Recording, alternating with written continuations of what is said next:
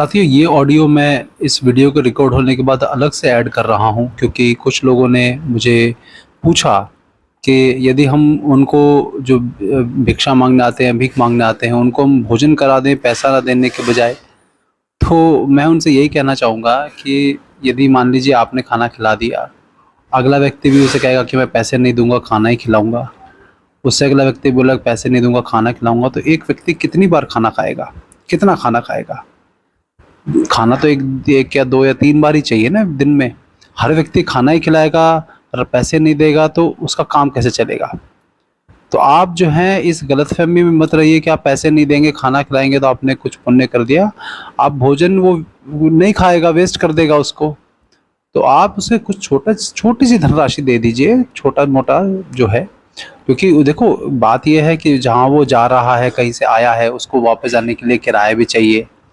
वो उसी पैसे से को इस्तेमाल करेगा, भोजन से तो कोई बस में या रिक्शा में नहीं बिठाएगा उसको। और आप कहीं उसको मान लीजिए वो इंसान है आप लोगों की तरह, कभी उसका भी मन करता होगा कि वो कुछ अच्छा खा ले या आइसक्रीम खा ले या हो सकता है फ़िल्म देख ले। कहने को ये बात आपको हास्यास्पद लग सकती है, लेकिन वो भी इंसान है, उसको भी कुछ मन तो करता होगा। तो वो अगर उसके लिए तो पैसे की आवश्यकता पड़ेगी ना। तो आप लोग ये इतना ज़्यादा चिंतन ओवर एनालिसिस जो करते हैं हम लोग कि अरे ये कर लेगा तो वो कर लेगा, अरे दो और आगे बढ़ो। जब आपके सामने आपने मैं ट्रेन में देखो या कहीं भी देखो कोई आपसे मांग रहा होता है और आप उसको इग्नोर कर रहे होते हैं, तो आप एक अजीब से एक स्ट्रेस में आ जाते हैं कि अरे ये कब जाएगा, कब जाएगा। आप उसे कुछ दे दोगे, वो आगे मूव कर जाएगा, आप भी तसल्ली में, वो भी तसल्ली में। ये बहुत सारे लोग बोले कुपात्रों को ये नहीं देना चाहिए। देखो ये सब जो बातें हैं, ये कहने को अच्छी लगती है कि हम चाणक्य नीति या विदुर नीति के अनुसार चलना चाहते हैं। तो केवल इस विषय पे ही हम विदुर नीति और चाणक्य नीति को क्यों लागू करते हैं? चाणक्य नीति और विदुर नीति में तो बहुत कुछ बोला गया है, महिलाओं को कैसा आचरण करना चाहिए, गृहस्थियों को कैसे आचरण करना चाहिए, बहुत कुछ लिखा हुआ है।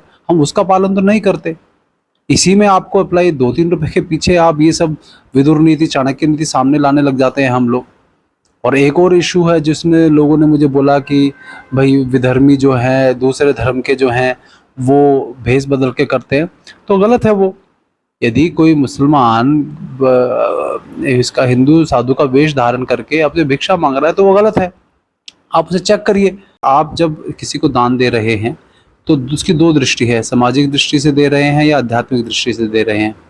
तो आध्यात्मिक दृष्टि से जब दे रहे हैं तो फिर तो ऊंच नीच कुछ नहीं देखना है, परंतु यदि कोई छल के वश, जैसे छल करके साधु का वेश धर के आ रहा है मुस्लिम या कोई और, तो छल करके यदि आ रहा है तो ना आध्यात्मिक ना सामाजिक दृष्टि, दोनों ही दृष्टि के अनुसार उसको नहीं देना है। हाँ, यदि मुसलमान बन के आपसे मांग रहा है, छल नहीं कर रहा है, मुस्लिम वेश धर के मांग रहा है, तो आप जो है आध्यात्मिक और सामाजिक दृष्टि के अनुसार उसको देना ना देना आप निर्धारित कर सकते हैं। परंतु यदि छल करके आ रहा है तो बिल्कुल नहीं देना है। तो इसीलिए बस ये छोटा-सा इसमें मैंने ऐड करना था।